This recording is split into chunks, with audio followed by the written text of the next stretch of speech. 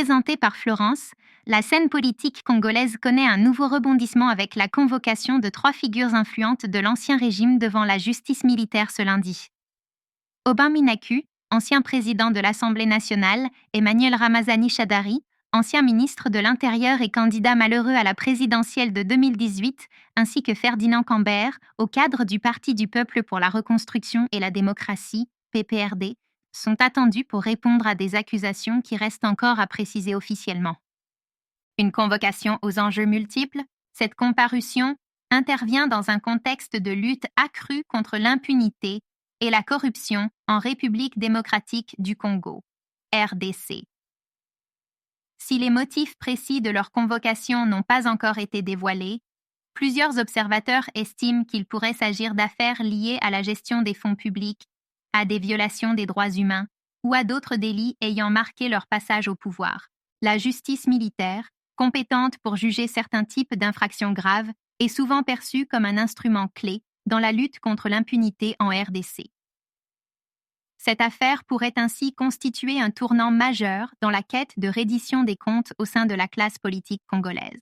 Des réactions contrastées, la convocation de ces figures emblématiques n'a pas tardé à susciter diverses réactions.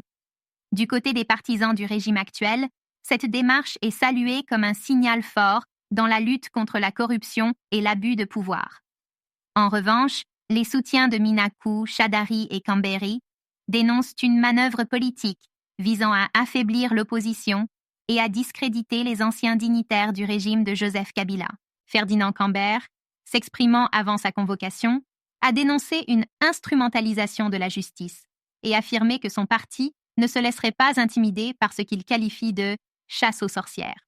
Quelle suite pour cette affaire? L'issue de cette comparution devant la justice militaire pourrait avoir des implications majeures pour le paysage politique congolais.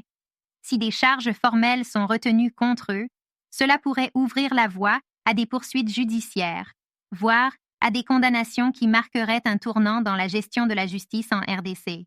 Reste à voir si cette démarche s'inscrira dans une réelle volonté de justice ou si elle sera perçue comme un règlement de compte politique. Nous continuerons à suivre cette affaire de près et vous tiendrons informés des derniers développements.